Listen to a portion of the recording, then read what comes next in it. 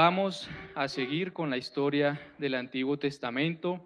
Vamos, como dijo el pastor, a no quedarnos solo ahí, sino a conectarlo con el Nuevo Testamento para que comprobemos que toda la Biblia cuenta una sola historia, el gran drama divino de la redención, cómo Dios se propuso redimirnos a pesar de nuestros pecados y rebeliones. En sus Biblias, por favor, ubíquense en Éxodo y vamos a partir desde allí. Pero antes o mientras llegan, vamos a rogarle a Dios que nos ayude ahora mismo. Padre Celestial, mi buen Señor, necesitamos tu auxilio y tu ayuda. Necesitamos que trabajes con tu Espíritu Santo entre nosotros en esta mañana, asistiéndome y usándome para que me mantenga dentro de lo que es tu palabra, tu evangelio, el consejo tuyo para esta iglesia que es tuya también. Y a mis hermanos para que los ayudes a escuchar, a reconocer que tú estás hablándonos, que tú estás ministrando entre nosotros, que tú estás guiándonos a convicción de pecado, de arrepentimiento, pero también a que aprendamos a confiar en ti, Señor. Ayúdanos, Señor, y glorifícate sobre todas las cosas ahora entre tu pueblo. En el nombre de Cristo Jesús. Amén. Muy bien, hermanos. Hace 8 días tuvimos una introducción que nos mostró cómo es que los israelitas cayeron cautivos en Egipto. Recuerdan, a partir del capítulo 1, versículo 11, la escritura dice que los egipcios los esclavizaron, que les pusieron capataces despiadados para subyugarlos, poniéndoles trabajos forzados, sin compasión y tratándolos con crueldad. Todo el capítulo 1 nos cuenta esa historia preciosa. Dice que cuanto más los oprimían, cuanto más sufrían los israelitas, más se multiplicaban. Tanto así que Faraón tuvo la idea de forzar a las parteras a que al momento de nacer los bebés hebreos, si era un varón, lo mataran. Y si era una niña, bueno, que viviera como esclava o amante de algún señor egipcio. Dios favoreció a su pueblo en forma providencial, puso temor de él en las parteras y ellas desobedecieron al faraón. Así que después él les dijo a todos los egipcios: cuando nazcan los niños de los hebreos, échenlos al Nilo. Yo he estado preguntándome cuando estudio y leo toda esta historia, ¿por qué los israelitas, si eran un pueblo numeroso y fuerte, como lo describe la Escritura, precisamente sus números, su población elevada que crecía y crecía y el vigor que tenían, fue lo que causó temor del faraón de una rebelión? Entonces, si eran fuertes, si eran numerosos, ¿por qué no hicieron nada por librarse? Tal vez podrían haber iniciado una revuelta, tal vez podrían haber tomado las armas para evitar el genocidio de sus hijos. Podrían haber derrocado al faraón, podrían haber hecho algo para tomar el poder, para buscar sus intereses, para preservarse a ellos mismos. Pero sería un error pensar que ellos no hicieron nada, porque de hecho sí hicieron algo.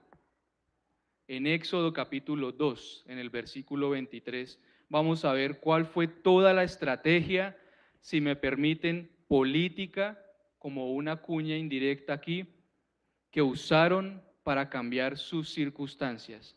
Por favor, vamos a aprender lo que Dios quiere mostrarnos en esta historia, que es la historia viva de la historia de nuestra fe. Todos juntos, Éxodo 2:23.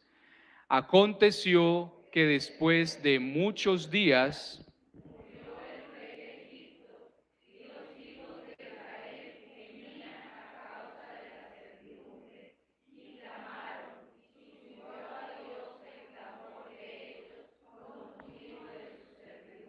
por favor, sin quitar los ojos del versículo 23, ¿cuál fue la estrategia de los israelitas para liberarse del yugo de esclavitud? Clamar al Señor, gemir al Señor, orar al Señor. Ellos eran numerosos, podrían haber visto y confiado en eso como una ventaja, pero resulta que tampoco tenían armas, mientras que Egipto era una potencia militar y económica. Sea cual sea el caso, lo cierto es que no buscaron librarse de sus captores por su propia cuenta. De hecho, el grado de su esclavitud era tal que tampoco podían haberlo logrado por sí mismos. Pero lo que hicieron fue lo único que estaban llamados a hacer, como lo único que usted y yo estamos llamados a hacer hoy día para buscar liberarnos de cualquiera que sea el yugo que el mundo nos ha impuesto: gemir y clamar al Señor. Ese asunto es de mucha importancia para nosotros hoy, mis hermanos. Cobra mucha relevancia en el contexto actual, en donde quieren organizarnos y quieren coordinarnos y quieren movernos por nuestros vastos números para que busquemos la solución y el cambio de nuestras circunstancias por nuestra propia cuenta. No, mis amados. El pueblo de Dios siempre sufrirá por causa de su vínculo único y especial con Él. Por favor, los hombres de esta iglesia busquen Éxodo capítulo 19, versículo 6. Y las mujeres busquen Primera de Pedro capítulo 2, versículo 9.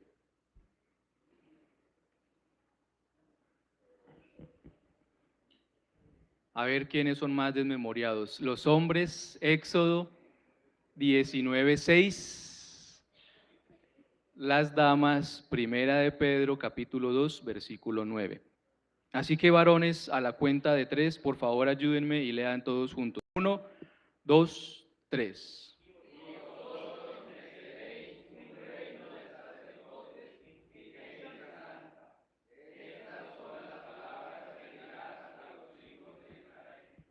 Un reino de sacerdotes y gente santa. Esa era la identidad del pueblo de Dios en el Antiguo Testamento.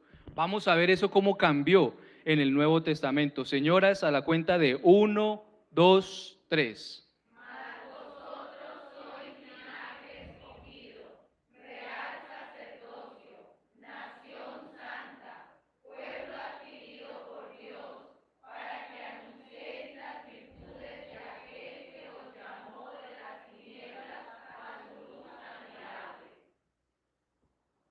La misma cosa. Reino de sacerdotes, gente santa, linaje escogido, pueblo adquirido por Dios, con el único propósito de anunciar las virtudes de aquel que nos ha rescatado. Hermanos, la Biblia es una sola historia. La Biblia está conectada por hilos desde Génesis hasta Apocalipsis. Y lo que le da el sentido a todo este gran drama de la redención es el Evangelio de nuestro Señor Jesucristo, su obra de amor por nosotros. De manera que el pueblo de Dios entonces siempre ha sido distinto, siempre ha sido separado del mundo, santo en el sentido moral primero que todo, es decir, sin pecado. Estamos llamados a ser santos como Dios es santo, pero santo en el sentido que hemos sido apartados, separados del mundo y consagrados con el único propósito de servir a Dios.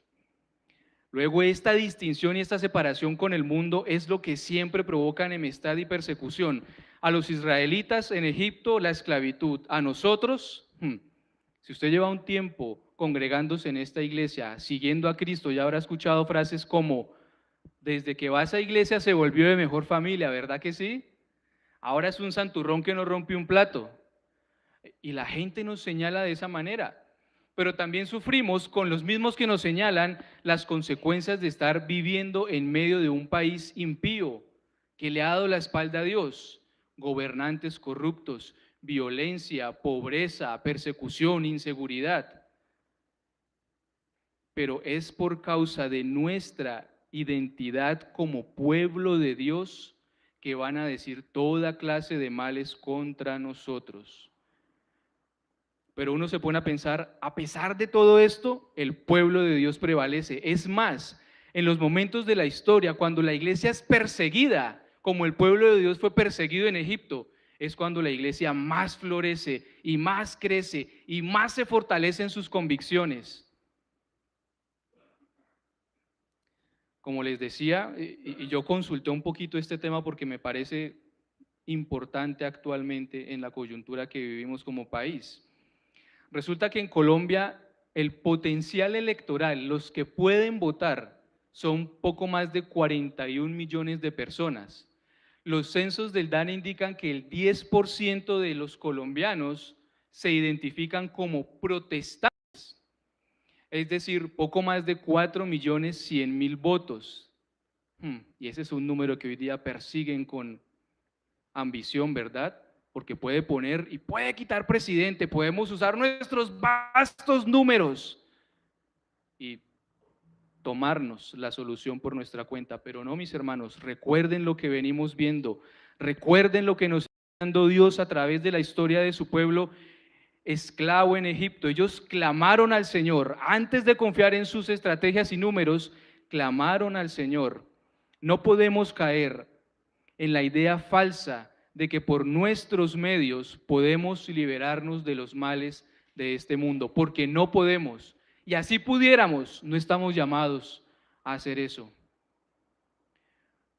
Los israelitas, ellos sí sufrían una verdadera esclavitud, estaban oprimidos, sufrían tratos despiadados, trabajos sin compasión, mucho más impuestos de los que cualquier persona paga hoy día, y los trataban con suma crueldad y los hacían gemir bajo el látigo y la tortura. Nosotros no sufrimos una décima parte de lo que sufría el pueblo de Dios entonces. Pero como ellos, estamos llamados a hacer de nuevo una sola cosa: clamar al Señor. Replegar nuestras esperanzas y dirigirlas a aquel que es el único que no nos va a engañar y que no nos va a defraudar y que tiene el poder para rescatarnos. Necesitamos aprender de este pueblo que clamaba a Dios en medio de su sufrimiento. Necesitamos aprender a pedir misericordia para nosotros, para esta iglesia y para el pueblo de Dios en este país. Y resulta, hermanos, que tenemos que pedirle al mismo Dios que nos da la paciencia y misericordia, que nos ayude a soportar y resistir, porque vivimos en un país impío. Y les anuncio lo que ustedes ya saben: no hay paz para el impío. Nuestro llamado no es a cambiar las circunstancias externas y temporales, nuestro llamado es a trabajar, como leímos en Primera de Pedro 2:9, por anunciar las virtudes de aquel que nos ha rescatado de las tinieblas a la luz admirable que hoy gozamos en Cristo. Así que yo voy a ser un poquito insistente con esta idea. El pueblo de Dios clamó y el pueblo de Dios fue escuchado, recibió de Dios la respuesta y la liberación que ellos pedían, o mejor, la que Él sabía que necesitaban. En Éxodo capítulo 2, vuelvan ahí, esta vez al versículo 24, leímos que ellos clamaron, que gemían y que subió a Dios su clamor. Ahora en el 24, por favor, ayúdeme para leer lo que sigue en este relato. Éxodo 2:24, todos juntos. Y oyó Dios el gemido.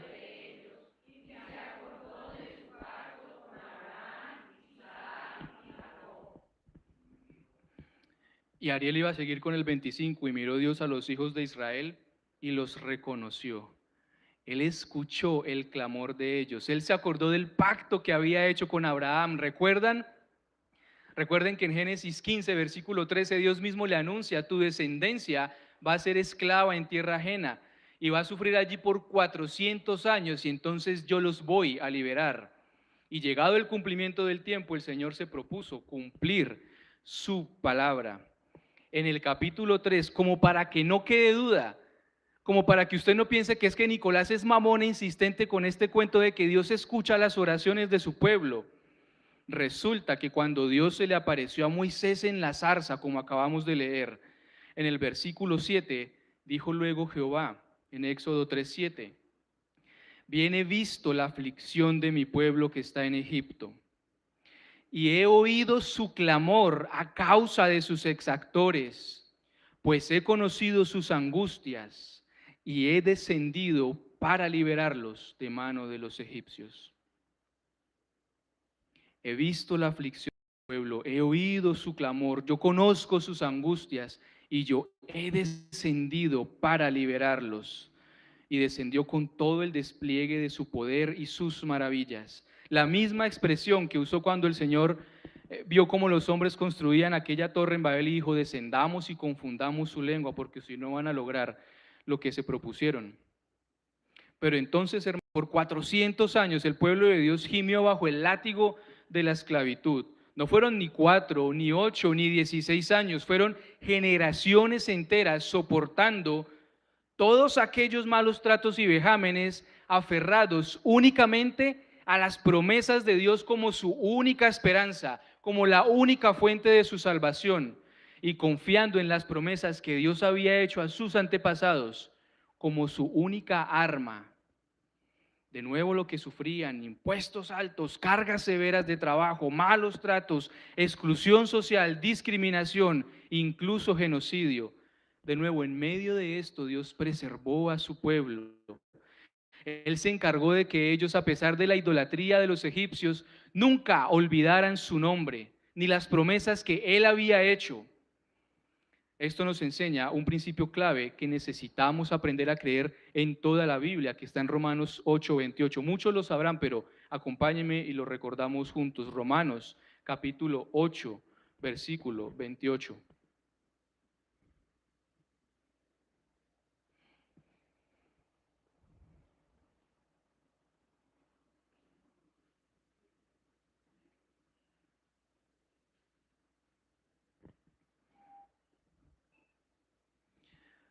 Dice la Escritura, y ayúdeme a leer, y sabemos que a los que aman a Dios,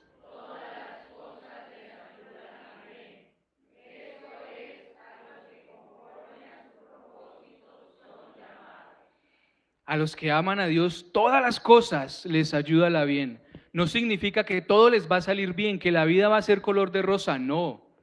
Pero en todo vamos a poder ver el propósito soberano de Dios que dirige y gobierna todas las cosas para su propia gloria, pero que las dispone para el cuidado y para el bienestar de su iglesia.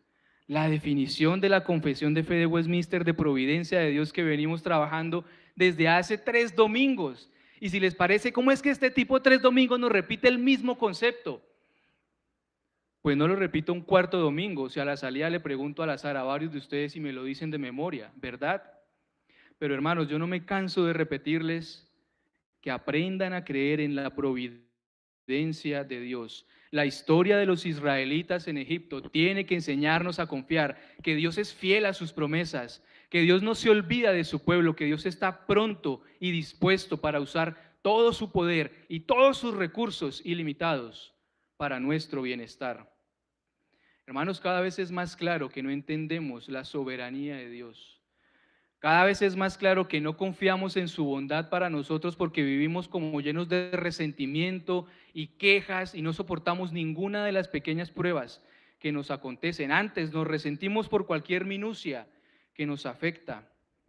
¿En dónde queda pues la providencia de Dios? ¿En dónde descansamos en el hecho de que todas las cosas nos ayudan a bien? ¿De que Él tiene el control y dirige la historia para su propia gloria? ¿Y que Él gobierna las cosas grandes y pequeñas, disponiéndolas y acomodándolas para cuidar de manera muy especial de cada uno de ustedes? ¿De que Él hará de su iglesia un reino de sacerdotes y gente santa? En su providencia, Dios le permitió al pueblo de Egipto esclavizar a su propio pueblo con el fin de enseñarles a confiar y a poner sus esperanzas únicamente en Dios, a esperar que únicamente de Él viene la salvación y el rescate que ellos tanto anhelaban. Hermanos, Dios tiene que aniquilar nuestro sentido de autosuficiencia antes de darnos la salida a los problemas, porque o si no, le robaríamos su gloria. Miren qué astucia, miren cómo resolví este problema, miren el negocio que cerré y conseguí lo que necesitaba. No, como les dije, los israelitas eran numerosos, eran fuertes, estaban acostumbrados al trabajo duro, algo podrían haber hecho por cambiar sus circunstancias. De hecho, si hubieran podido, lo habrían hecho. ¿Se acuerdan cuando ya en el desierto construyeron un becerro de oro y dijeron, estos son los ídolos que nos sacaron de la tierra de Egipto? Posiblemente en el punto más bajo de su historia, Dios permitió que llegaran allí para socorrerlos, para liberarlos, para que le dieran toda la gloria y el reconocimiento por el favor y la bondad que les estaba haciendo. Esta semana, mi esposa encontró en sus redes sociales un cartel de desaparecido y ella quedó en shock porque se trataba de un amigo y compañero con el que estudio y estoy en contacto desde cuarto de primaria. Por años dejamos de hablarnos y hace como poco más de un mes nos reencontramos en el mismo barrio, tomamos café, le compartí el evangelio, lo invité a la iglesia, compartió con algunos de nosotros, pero hasta el sol de los venados. Y cuando me mostró eso, salimos corriendo a buscar a su mamá, a animarla, a consolarla, a darle la esperanza del evangelio y orar por misericordia de Dios para ellos. Y adivinen qué, lo encontré en la casa vivito y coleando. Resulta que hace un par de semanas fue secuestrado, se lo llevaron casi a la frontera con Venezuela desde acá y duró 4 días sentado y amarrado en un cuarto frío. Al cuarto día, por allá escuchó a los secuestradores hablando con su mamá y cuando colgaron la llamada, muy enojados, decían, nos equivocamos de persona. Y este tipo dice, un escalofrío me heló todo el cuerpo y pensó, me van a matar para desaparecer el problema. Pero les cuento esta historia porque hubo una frase que nunca voy a olvidar. Él me dijo, Nicolás, yo nunca le había pedido nada a Dios en mi vida.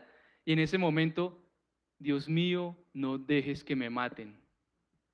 Dios le mostró su misericordia, fue milagroso que lo hubieran liberado. Nunca en su vida había buscado al Señor. Hace un tiempo que traté de acercarme a Él con el Evangelio, sí, muy chévere, pero hasta aquí. Apático, rebelde, autosuficiente como Él solo, pero cuando ya no había nada más que hacer, cuando ya no tenía a quién más recurrir ni dónde más poner falsamente su esperanza, Él volcó sus ojos al cielo y este impío se acordó de su Creador y clamó misericordia. Y el milagro que Dios hizo para salvarlo es un testimonio poderoso, pero la historia es un ejemplo de cómo es que Dios derriba nuestro orgullo para que nos humillemos ante Él, para que aprendamos que solamente dependemos de Él, para que confiemos en su sola gracia. Como mi amigo, como los israelitas, no hay nada que podamos hacer y no estamos llamados a hacer ninguna otra cosa más allá de clamar a nuestro Dios, confiar que Él vendrá a darnos el oportuno socorro, cualesquiera que sean las circunstancias. Estamos llegando al meollo del asunto, hermanos, al punto en que usted y yo, viendo esta ilustración, la historia del pueblo cautivo en Egipto, entendemos que necesitamos ser salvados, reconocemos que el único que puede darnos salvación es el Señor y que el único propósito es Él mismo, su propia gloria, que lo sirvamos con gratitud. Vayan a Romanos capítulo 6, versículos 17 y 18. Romanos capítulo 6.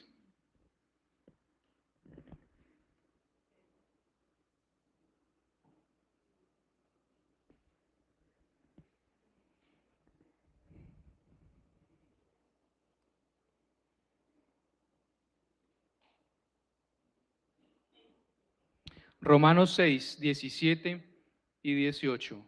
Yo leo el 17 y ustedes solo me ayudan con el 18. Pero gracias a Dios, que aunque erais esclavos del pecado, habéis obedecido de corazón a aquella forma de doctrina a la cual fuisteis encargados.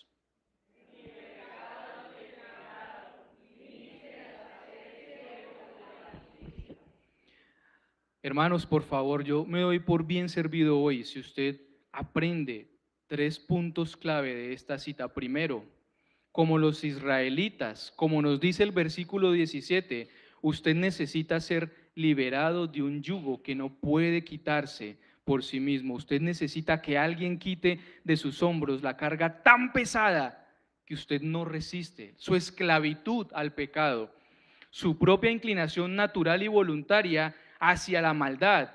En Efesios 2 encontramos que la Escritura dice que sin Cristo nosotros estamos muertos en nuestros delitos y pecados. Y un muerto, ¿qué puede hacer para salvarse a sí mismo y volver a la vida?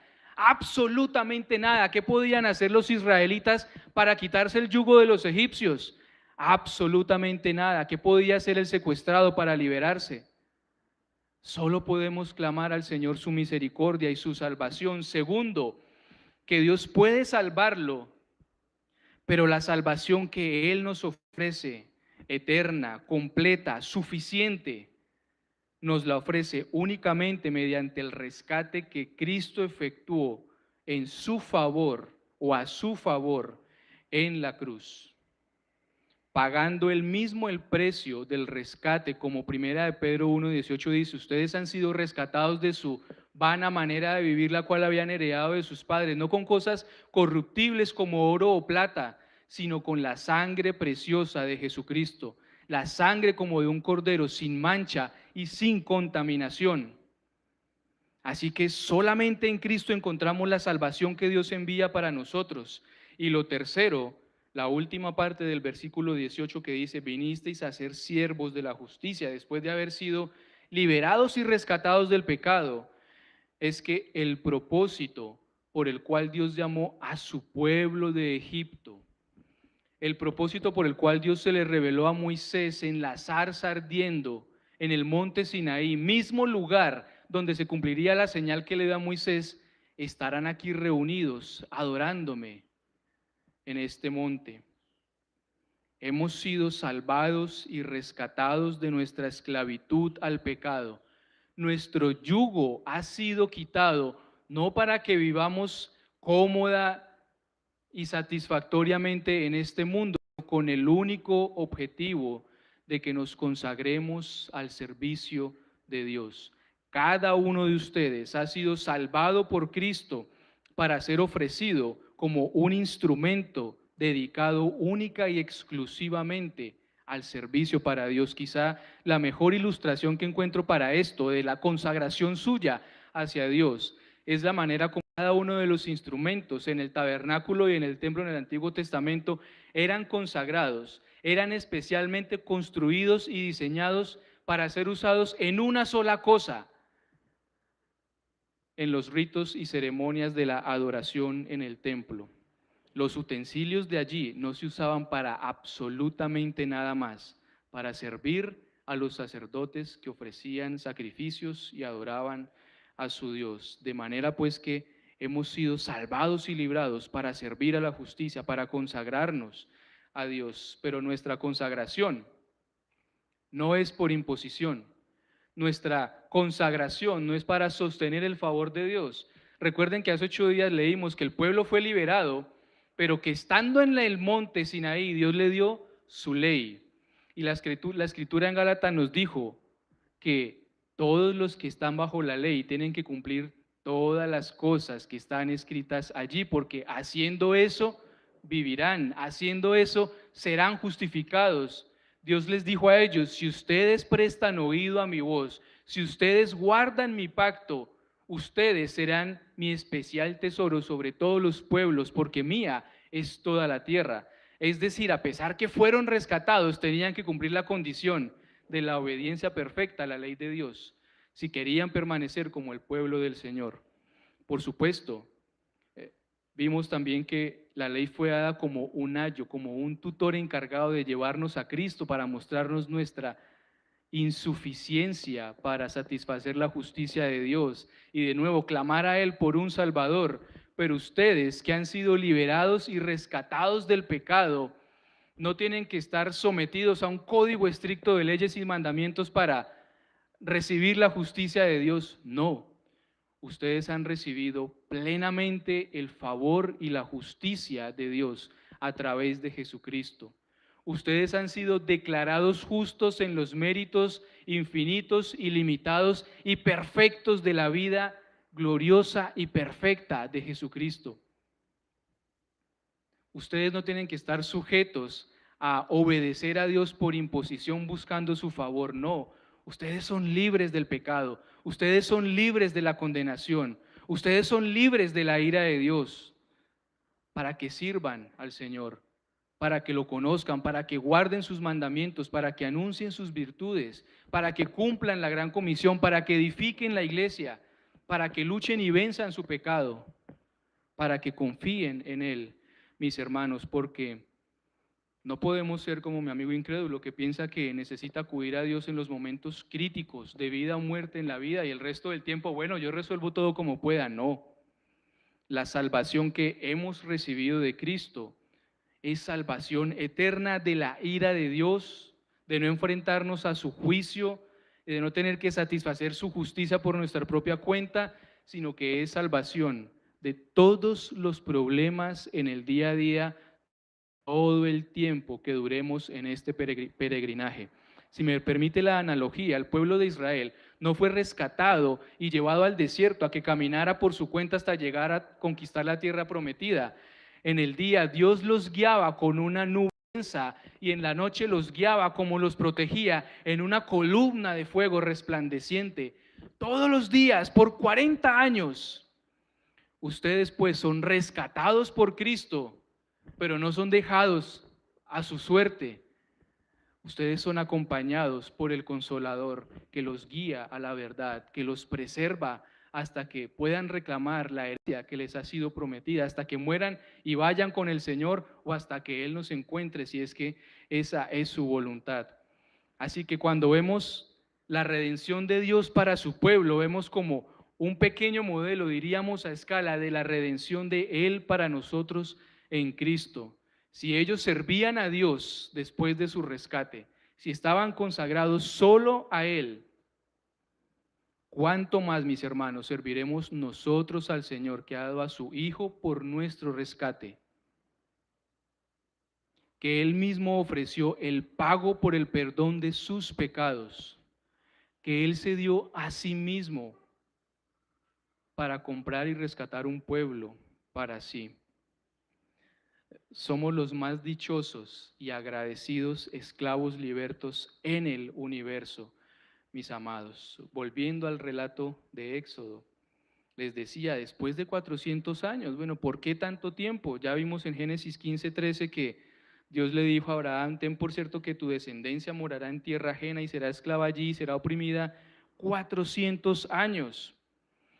Yo no puedo decirles por qué en su providencia Dios desde el principio escogió ese periodo de tiempo, posiblemente porque sería entonces cuando la maldad de los egipcios y todos los pueblos que el hermano Rubén leyó muy correctamente iba a llegar a su colmo y entonces él llamara a su pueblo para enviarlo como un instrumento de juicio para ellos, pero lo cierto es que debemos aprender de esta historia que podemos confiar en Dios, que su cuidado y su oído siempre estará sobre nosotros, que el que nos cuida es el Señor, Él nunca se adormece, Él no dormita ni se cansa.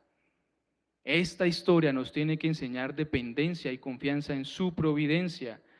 Y para que busquemos la conclusión, para que veamos claramente por qué Dios se propuso rescatarlos, vuelvan a Éxodo, al capítulo 3. Y ya estamos concluyendo, mis amados. Éxodo, capítulo 3. Yo leo el 11 y ustedes me ayudan con el 12.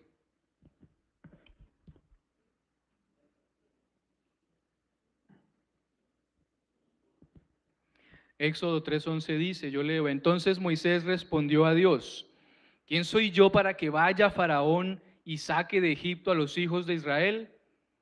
Y él respondió,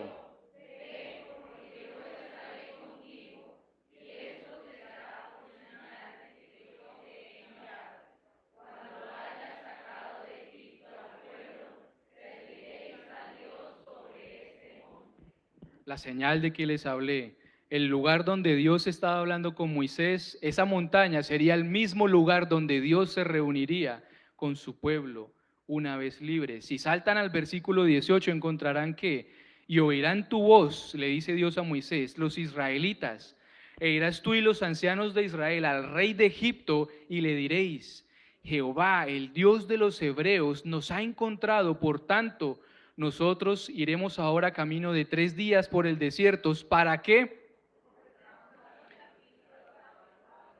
Para que ofrezcamos sacrificios a Jehová nuestro Dios. Y el Señor le anuncia, pero Faraón se va a poner terco, no los va a querer dejar ir. Y en el capítulo 4, en el versículo 22, Dios le dice a Moisés, dirás a Faraón, Jehová ha dicho así, Israel es mi hijo, mi primogénito. Ya te he dicho que dejes ir a mi hijo. ¿Para qué? Para que me sirva, para que me sirva. Me servirán en este monte, me serán sacrificios en este monte. Dios rescató a su pueblo con el único objetivo de hacerlos libres y dispuestos para servirle solo a Él, mis hermanos. Como leímos en Romanos 6:17, éramos esclavos del pecado, pero fuimos libertados en Cristo para venir a ser siervos de la justicia. Amén. Por favor, recuerden eso, llévenlo en su corazón y que eso defina su identidad y le dé sentido a su vida. Usted necesitaba ser salvado. Solamente en Cristo pudo recibir la redención de Dios y el único objetivo es que usted vaya y viva su vida al servicio del Señor, que se consagre a conocerlo y a alabarlo. Oremos. Padre Celestial, Señor, gracias porque desde el principio podemos ver cómo en tu providencia soberanamente diriges todas las cosas para cumplir el propósito de redimirnos a través de tu Hijo Jesucristo, y dispones todo y lo gobiernas para nuestro bienestar. Así seamos pasados temporalmente por el sufrimiento, pero aprendemos a esperar confiados tu socorro, a confiar que tú eres soberano, que tú diriges todas las cosas. Señor del cielo, gracias porque éramos esclavos del pecado y viniste tú mismo a salvarnos, a pagar el precio de nuestro rescate, dando a tu Hijo en nuestro lugar para que muriera en la cruz cargando nuestras culpas. Gracias por este don infinito, inmerecido, inefable del amor de Cristo por nosotros. Ayúdanos a entenderlo, ayúdanos a conocer con mayor profundidad el Evangelio, porque esa será la única motivación que nos permita ser libres de cualquier yugo que nos esclavice en esta vida, para que te sirvamos, para que te obedezcamos, para que lo hagamos con alegría, para que lo hagamos con confianza. Tú eres nuestra recompensa, Señor. Muchas gracias. En el nombre de Cristo Jesús. Amén.